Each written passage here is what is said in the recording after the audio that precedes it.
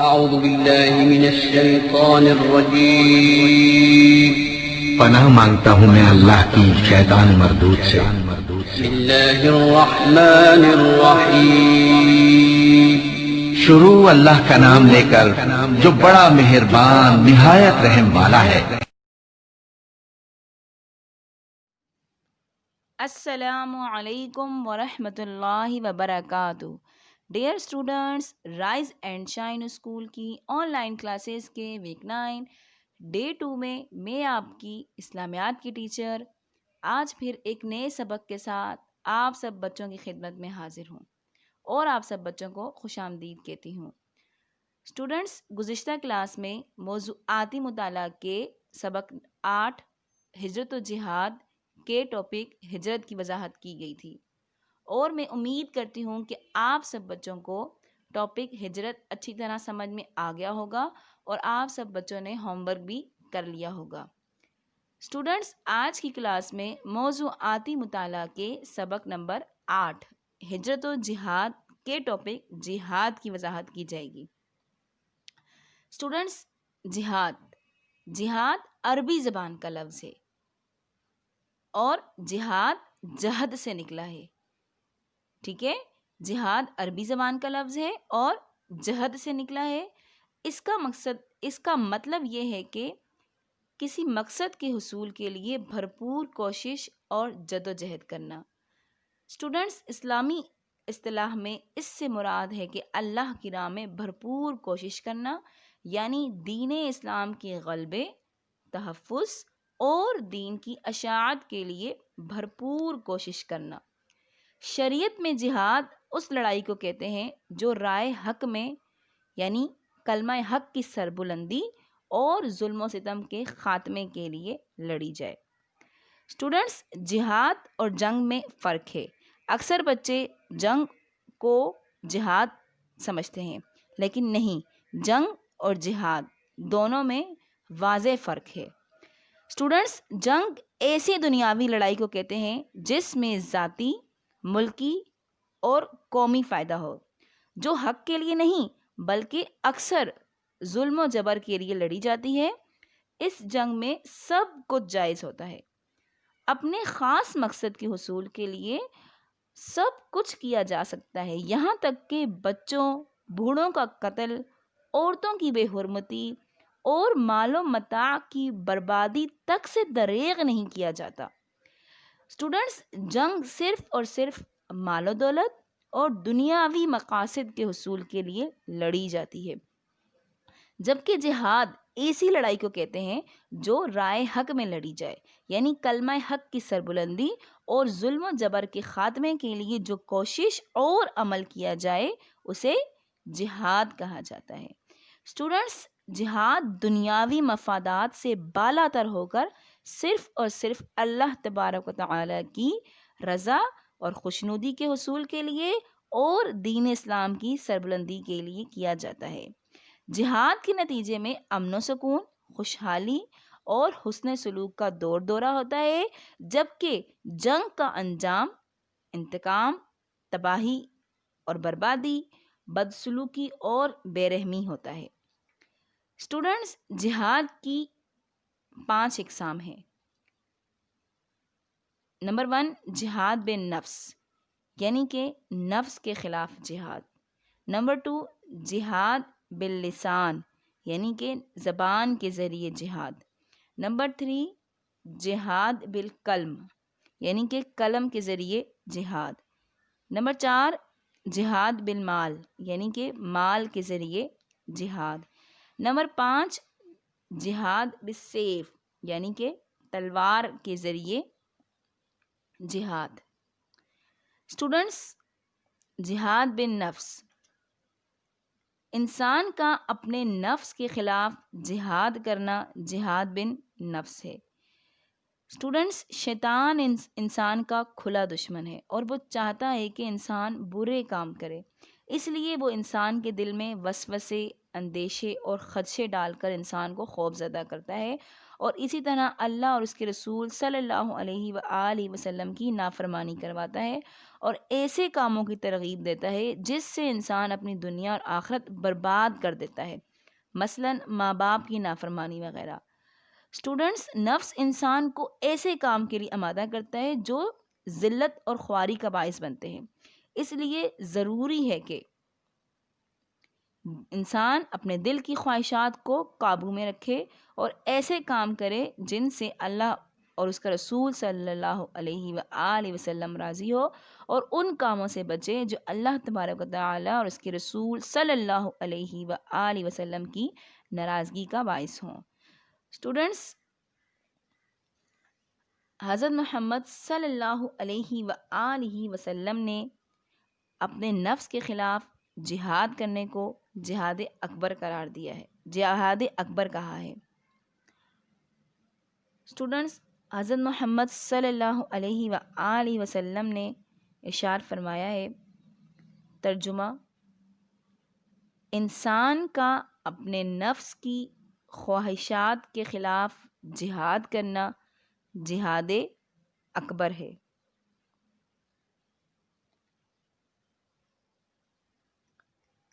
Students, جہاد باللسان، جہاد باللسان سے مراد ہے کہ انسان زبان کے ذریعے جہاد کرے۔ اسٹوڈنٹس، دنیا کا تمام شر و فساد جہالت کا نتیجہ ہے اور اس کو دور کرنا نہایت ضروری ہے۔ اگر انسان عقل و شعور اور علم و دانش رکھتا ہے تو اسے چاہیے کہ دوسروں کو بھی اس سے فیض پہنچائے۔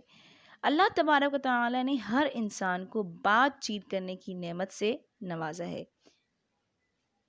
اور زبان سے بھلائی اور نیکی کی طرف رہنمائی کرنا یا لوگوں کی اخلاقی اصلاح کرنا، اور لوگوں کو جہاد کی راہ پر چلنے کے لیے تقریر کرنا اور گفتگو کے ذریعے لوگوں کی اخلاقی اصلاح کرنے کے لیے جو کوشش اور جدوجہد کی جاتی ہے اسے جہاد باللسان کہا جاتا ہے۔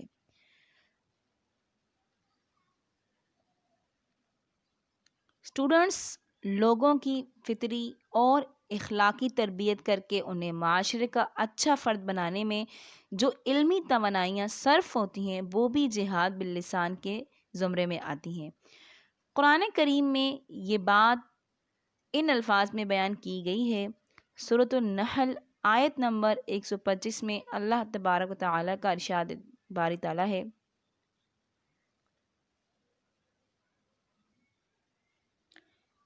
بسم اللہ الرحمن الرحیم، ادع الى سبیل ربک بالحکمت والموعظۃ الحسنۃ وجادلہم باللتی ہی احسن ان ربک هو اعلم بمن ضل عن سبیلہ وہو اعلم بالمہتدین۔ ترجمہ: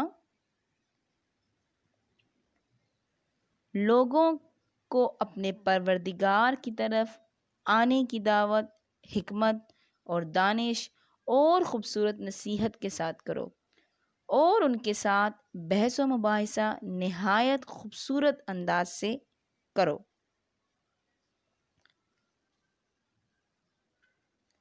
اسٹوڈنٹس، اسی طرح علمی انداز میں دین کی دعوت اور تبلیغ بھی جہاد کی ایک قسم ہے اور نتائج کے لحاظ سے اس کو بہت زیادہ اہمیت حاصل ہے۔ سورۃ الفرقان میں اللہ تبارک و تعالی نے جہاد باللسان کو جہاداً کبیراً قرار دیا ہے۔ اسٹوڈنٹس، جہاد بالقلم، جہاد بالقلم سے مراد یہ ہے کہ قلم کے ذریعے جہاد کرنا۔ وہ لوگ جنہیں اللہ تبارک و تعالی نے قلم کی نعمت سے نوازا ہے وہ میدان جنگ میں براہ راست شریک نہیں ہوتے بلکہ بالواسطہ جنگ میں اس طرح شریک ہوتے ہیں کہ مجاہدین کو متحرک کرنے کے لیے اپنے قلم کا استعمال کرتے ہیں۔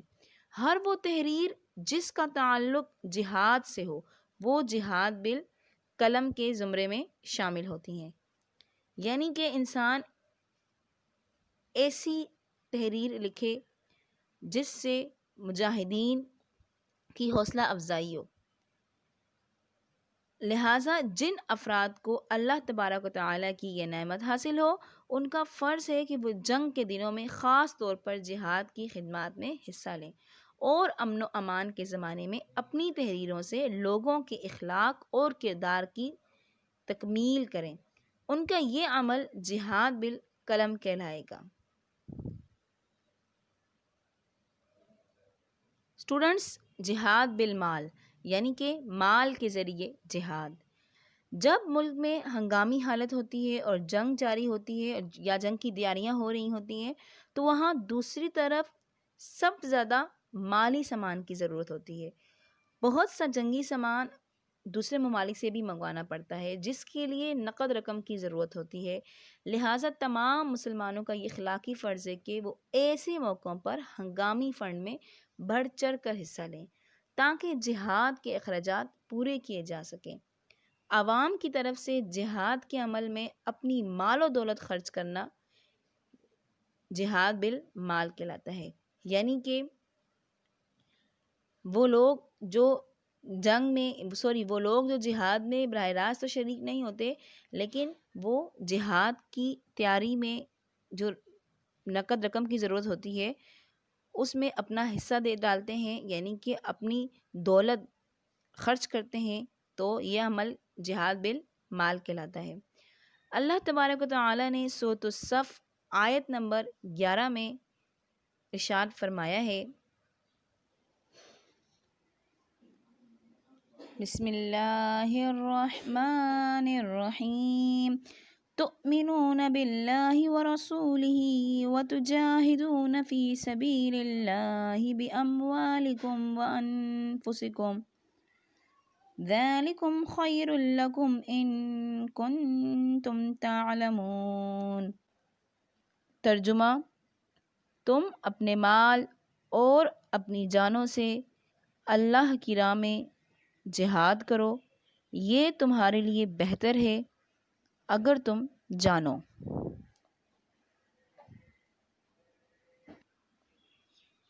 اسٹوڈنٹس، جہاد بالسیف یعنی کہ تلوار کے ذریعے جہاد۔ جہاد بالسیف اس جدوجہد کا نام ہے جو مومن اپنی جان ہتھیلی پر رکھ کر اللہ تبارک و تعالیٰ کی خوشی اور اللہ تبارک و تعالیٰ کی رضا کی خاطر دشمن اسلام سے کرتا ہے۔ اسٹوڈنٹس، مجاہدین اپنی جانوں کی بازی لگا کر اسلام کا پرچم، حق کا پرچم بلند رکھتے ہیں، یعنی وہ جنگی حکمت عملی کا مظاہرہ کرتے ہیں اور وہ جنگی سامانوں کے ذریعے موقع محل کے اعتبار سے اپنے دشمنوں کا مقابلہ کرتے ہیں، اور جنگ کے دوران جب ضرورت پیش آتی ہے مجاہدین اپنی جانوں کا نذرانہ پیش کر کے شہادت کا اسٹوڈنٹس، جہاد کے ذریعے اللہ کی راہ میں مرنے سے شہادت کا مرتبہ ملتا ہے جو سچے مومن کا حقیقی جذبہ ہوتا ہے۔ اگر شہادت کی سعادت نہ ملے تو پھر مسلمان غازی اور فاتح ہو کر واپس لوٹتا ہے اور اللہ تبارک و تعالیٰ کی جانب سے ثواب، مغفرت، رحمت، خوشنودی اور اللہ تبارک و تعالیٰ کی نعمتوں والی جنت کا حقدار بن جاتا ہے۔ اسٹوڈنٹس، جہاد اسلام کا ایک رکن ہے جو قیامت تک جاری رہے گا۔ جہاد کا مقصد معاشرے کی خرابیوں کی اصلاح ہے اور بگڑنے والوں کو راہ راست پر لانا ہے۔ جہاد کے کئی طریقے ہیں اور ہر طریقے کی الگ الگ فضیلت اور فائدہ ہے۔ اوکے اسٹوڈنٹس، میں امید کرتی ہوں کہ آپ سب بچوں کو آج کا ٹاپک جہاد اچھی طرح سمجھ میں آ گیا ہوگا اور آپ سب بچے آج کا ہوم ورک بآسانی کر سکیں گے۔ انشاءاللہ تبارک و تعالی نیکسٹ ڈے پھر آپ سے ملاقات ہوگی۔